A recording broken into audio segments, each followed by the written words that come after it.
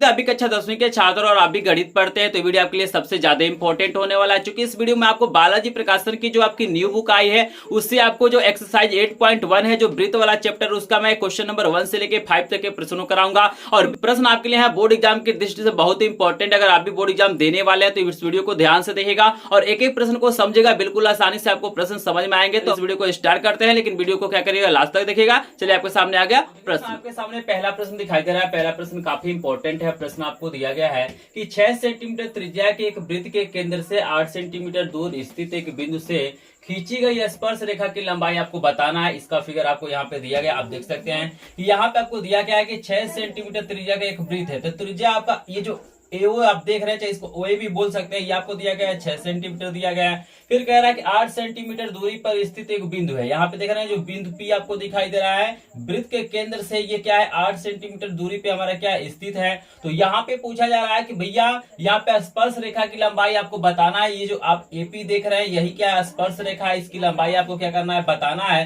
तो आपको है कि जो हमारा त्रिज्या होता है और यहाँ पे जो स्पर्श रेखा होता है इसके बीच में जो हमारा कोण बनता है क्या, जो आपका कोण बनता है कितना होता है 90 अंश आपको याद रखना है। तो भाई जब 90 अंश है तो यहाँ पे पाइथागोरस प्रमेय में लागू होगा। तो यहाँ पे हम लिखेंगे समकोण त्रिभुज, समकोण त्रिभुज।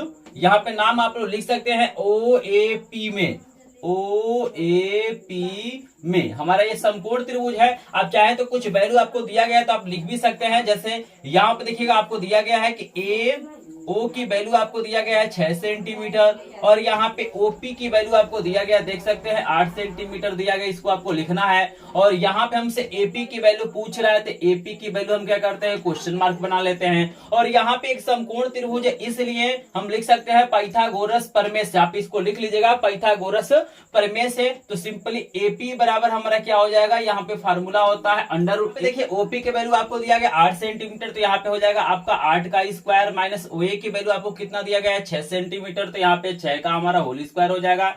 एपी बराबर हमारा क्या हो जाएगा, यहाँ पे देखिए 8 का स्क्वायर करेंगे तो 64 हो जाएगा और 6 का स्क्वायर करेंगे तो आपका 36 हो जाएगा। सिंपली हमें क्या करना है यहाँ पे घटा लेना है। तो शेष पार्ट को मैं यहाँ पे सॉल्व कर देता हूँ। तो एपी बराबर यहाँ पे आपका हो जाएगा करणी में, अब देखिए 64 में से आपको क्या करना है 36 को घटाना है। तो 14 में से 6 को जब आप घटाएंगे तो यहाँ पे आपका 8 हो जाएगा और यहाँ पे देखिए 5 में से 3 को घटाएंगे तो आपका 2 हो जाएगा यानी 28 हो जाएगा। ऐसे सिंपली हमें क्या करना है वर्गमूल निकालना है। तो यहाँ पे देखिए एपी बराबर आपका यहाँ पे 28 को अगर हम काटते हैं तो सिंपली हमारा हो जाएगा 7 को 28 यानी 7 गुणे 4 हो जाएगा और 4 का वर्गमूल 2 होता है। तो 2 कड़ी में 7 सेंटीमीटर आपका क्या हो जाएगा आंसर हो जाएगा। लेकिन आपके बुक में शायद 10 सेंटीमीटर लिखा हुआ है तो 10 देखिएगा बिल्कुल गलत आंसर है। क्योंकि आपको प्रश्न देख सकते हैं, प्रश्न में आपको यही दिया गया है भाई 6 सेंटीमीटर हमारा क्या है त्रिज्या है, ठीक है ना। और यहाँ पे बता रहा है कि वृत्त के केंद्र से जो बिंदु ये आप दिखाई दे रहा है इसकी जो दूरी आपको 8 सेंटीमीटर दिया गया है। स्पर्श रेखा की लंबाई पूछ रहा है। तो यहाँ पे आप सभी को पता है कि भाई ये कोण जो हमारा होता है 90 अंश का होता है। ठीक इसके सामने की जो भुजा होती है कर्ण होती है। तो कर्ण के अलावा कोई और भुजा का मान पूछा जाता है तो उसको क्या करते हैं कर्ण में से हम लोग क्या करते हैं माइनस करते हैं। तो सिंपली है कि 8 का स्क्वायर करेंगे तो हमारा 64 हो जाएगा और 6 का स्क्वायर करेंगे तो 36 हो जाएगा। 64 में से जब हम 36 घटाएंगे तो 28 होगा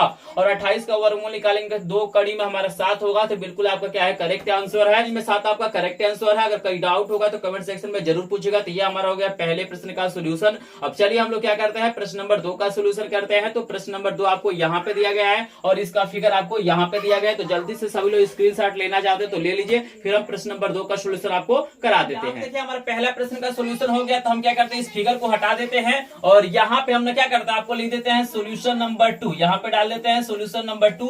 अब देखिए यहाँ पे दिया क्या है, कह रहा है कि ये चित्र हमारा है 8.21 है। आपको ये फिगर दिखाई दे रहा है। इसमें कह रहा है कि ओ वृत्त का केंद्र है। ओ क्या है वृत्त का केंद्र है जिसकी 2 जीवाएं आपको ए बी और सी डी दिया गया था। आप देख सकते हैं एक जीवा हमारा क्या है ए बी है और एक हमारा क्या है सी डी है, ठीक है ना। परस्पर बिंदु ई पर क्या करते हैं एक दूसरे को प्रतिच्छेद करते हैं, ठीक है ना। कह रहे यदि सी आपको 4 सेंटीमीटर दिया गया, यहाँ पे लिख लेते हैं सी की वैल्यू आपको दिया गया है 4 सेंटीमीटर और ईडी की वैल्यू आपको दिया गया है यहाँ पे 2 सेंटीमीटर, ठीक है ना। 2 सेंटीमीटर दिया गया है और कह रहा है भैया हमें बताना है कि ए डॉट ईबी का मान बताना, यानी इसका मल्टीप्लाई करके हमें बताना कि कितना होगा। तो देखिए यहाँ पे एक प्रमेय होता है, आज स्क्रीन पे आपको दिखाई दे रहा है। यहाँ पे प्रमेय क्या होता है कि अगर किसी वृत्त के अंदर क्या है, दो जीवाएं एक दूसरे क्या करती हैं, प्रतिच्छेदित करती है, तो उनका अंतःखंड का जो गुणनफल होता है आपस में बराबर होता है। देखिए ये भी जीवा है और ये भी जीवा एक दूसरे को प्रतिच्छेदित कर रहा है, तो ये अंतःखंडों का जो गुणनफल होता है वो आपस में क्या होता है, बराबर होता है। इसका एबी की बात करें तो एबी के अंतःखंड क्या है, एक हमारा क्या है, एई है,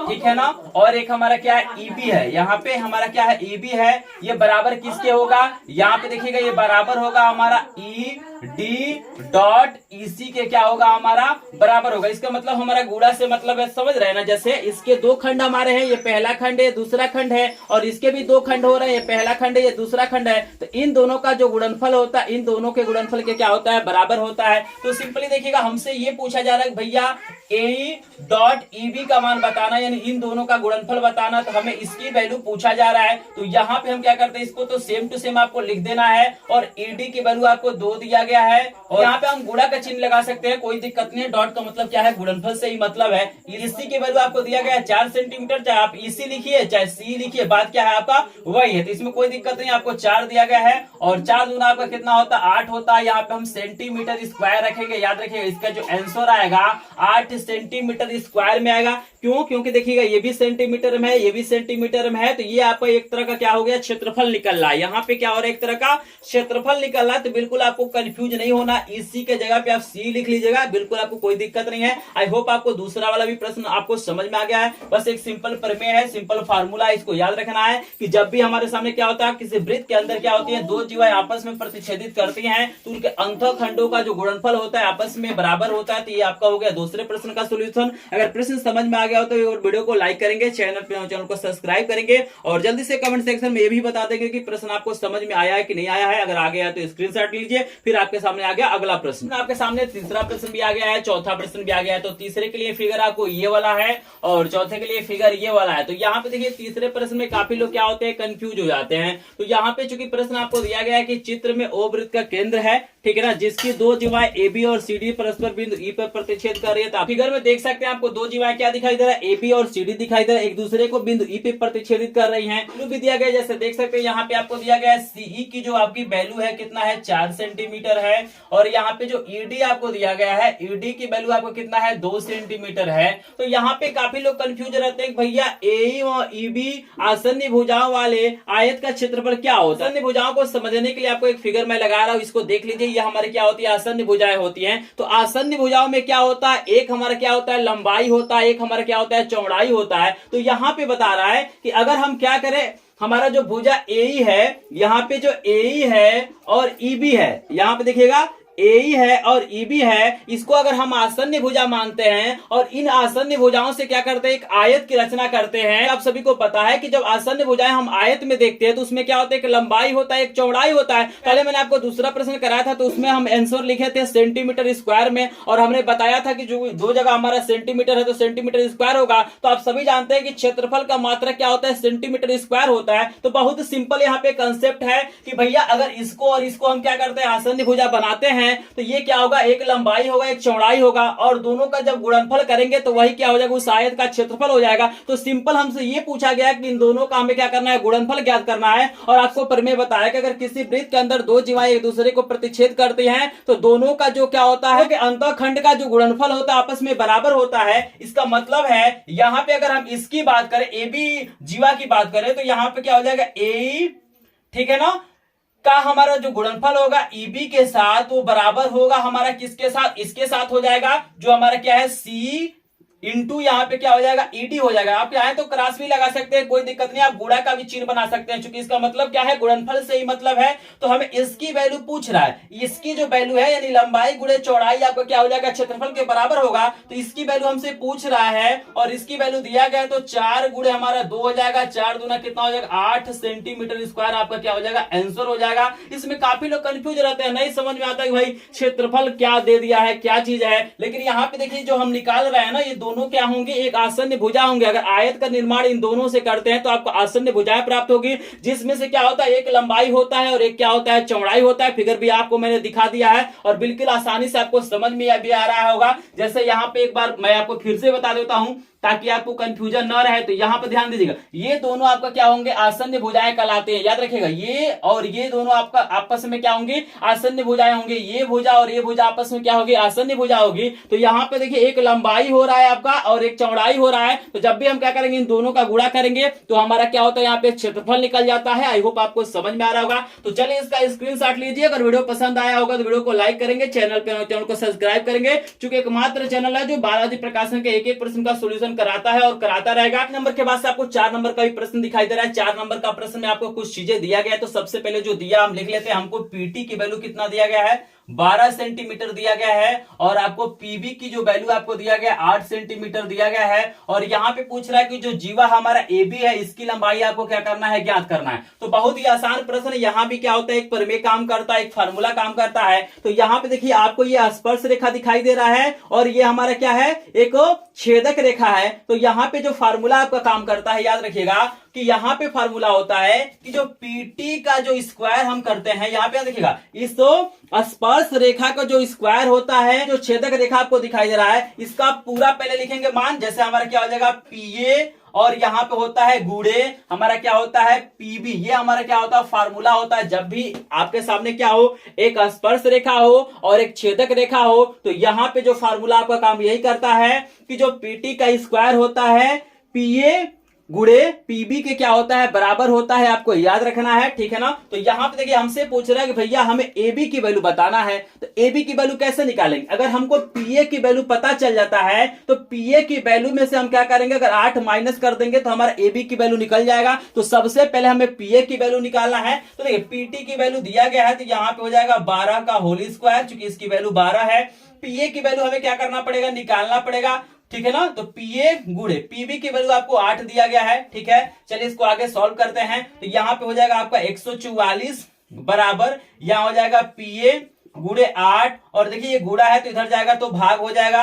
यहाँ पे आपको हो जाएगा पी ए बराबर हो जाएगा 144/8 और यहाँ पे भाग करेंगे तो 8 एकम 8 हो जाएगा। और यहाँ पे बचेगा आपका 4 2 6 यानी 64, 8 8 64 18 आ जाएगा। तो देखिए पीए की जो वैल्यू आपका 18 आ गया, लेकिन यहाँ पे हमसे पीए की वैल्यू नहीं पूछा है, हमसे यहाँ पे एबी की वैल्यू पूछ रहा है। तो एबी की वैल्यू कैसे निकालेंगे, अगर हमको पूरा पता है कि भैया पीए यानी यहां से यहां तक लेके 18 सेंटीमीटर है, यहाँ पे सेंटीमीटर मैं लिख भी देता हूं, और ये हमको 8 सेंटीमीटर दिया गया है, तो 18 में से जब हम 8 माइनस करेंगे तो ये हमारा निकल जाएगा। तो यहाँ पे आप लिखिएगा एबी बराबर तो आपका हो जाएगा पीए माइनस हमारा क्या हो जाएगा पीबी, और यहाँ पे देखिए एबी बराबर आपका हो जाएगा 18 माइनस 8 बराबर आपका कितना हो जाएगा 10 सेंटीमीटर। तो ये 10 सेंटीमीटर लिखेंगे, यहाँ पे स्क्वायर नहीं लिखेंगे, क्योंकि हमसे एक वैल्यू पूछा जा रहा है। यहाँ पे दोनों का गुणनफल नहीं पूछा जा रहा, हमसे सिर्फ एक वैल्यू पूछा गया है। तो हम क्या करेंगे, यहाँ पे सेंटीमीटर में लिखेंगे। अगर दोनों का गुणनफल पूछेगा तो हम सेंटीमीटर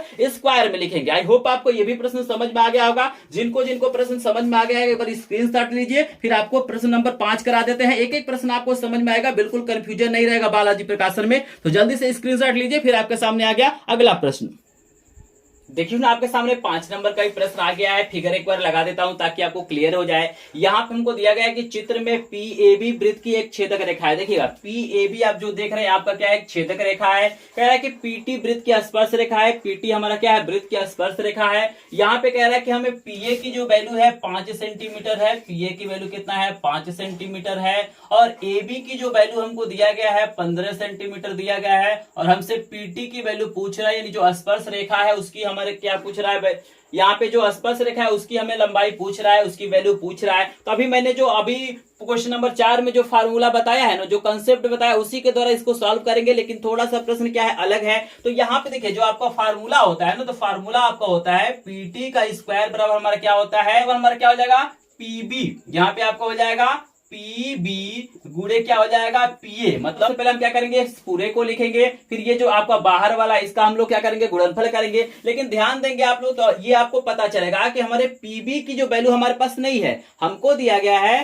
पीए की वैल्यू, बस आपको इतना वैल्यू 5 सेंटीमीटर दिया गया है, और ए भी आपको दिया गया है 15 सेंटीमीटर। तो इसके लिए सबसे पहले आपको यहाँ पे पीबी निकालना पड़ेगा। तो पीबी बराबर आपका क्या हो जाएगा, पीए प्लस ए बी, क्या हो जाएगा पीए प्लस ए बी हो जाएगा, यानी इन दोनों को जोड़ देंगे तो आपको पूरा वैल्यू क्या हो जाएगा, निकल जाएगा। तो यहाँ पे पीए की वैल्यू 5 है और ए बी की वैल्यू हमारा क्या है 15 है तो 15 5 कितना हो जाएगा 20 सेंटीमीटर। अब यहाँ पे वैल्यू को पुट करिए, आंसर आपके सामने आ जाएगा। यहाँ पे आपका हो जाएगा पीटी का स्क्वायर बराबर पीबी की वैल्यू कितना आ गया हमारा 20 आ गया, और पीए की वैल्यू कितना दिया गया है 5 दिया गया है। 20 25 हमारा होता है 100, यानी आपका पीटी बराबर हो जाएगा करड़ी में यहाँ पे 100, चूंकि स्क्वायर है तो स्क्वायर हटेगा तो करड़ी लगेगा, और इसका वर्गमूल क्या हो जाएगा 10 हो जाएगा। यानी पीटी की वैल्यू जो हमारा स्पर्श रेखा है उसकी वैल्यू क्या हो जाएगा 10 सेंटीमीटर हो जाएगा। आई होप आपको समझ में आ गया होगा। तो अगर ये प्रश्न आपको समझ में आ गया हो तो एक बार स्क्रीनशॉट लीजिए। तो इस वीडियो में मैंने क्या किया, आपको सिर्फ 5 प्रश्न कराया है। बालाजी प्रकाशन का जो आपका चैप्टर 8 है उसका एक्सरसाइज 8.1 का क्वेश्चन नंबर 1 से लेके मैंने 5 तक का आपको प्रश्न कराया है। नेक्स्ट वीडियो मैं लेके आऊंगा जिसमें क्या करूंगा अन्य प्रश्नों को आपको सॉल्व करा दूंगा। किसी भी प्रश्न में डाउट होगा तो हमें कमेंट सेक्शन में कमेंट करके आप लोग पूछ सकते हैं, क्योंकि मैं डेली लाइव क्लासेस भी आपको प्रोवाइड करता हूं, बोर्ड एग्जाम की तैयारी भी कराता हूं, तो वहां पे लाइव क्लास में भी क्या करूंगा आपके डाउट को क्या करूंगा सॉल्व कर दूंगा। तो कमेंट जरूर कीजिएगा वीडियो कैसा लगा, प्रश्न आपको समझ में आया है कि नहीं आया, वीडियो को कमेंट बॉक्स में जरूर राय दीजिएगा, और वीडियो को लाइक जरूर करेंगे और एक बार चैनल को सब्सक्राइब करेंगे, क्योंकि आपका लाइक शेयर सब्सक्राइब ही हमारा क्या होता है मोटिवेशन होता है। तो चलिए मिलते हैं नेक्स्ट वीडियो में, तब तक के लिए आपका धन्यवाद।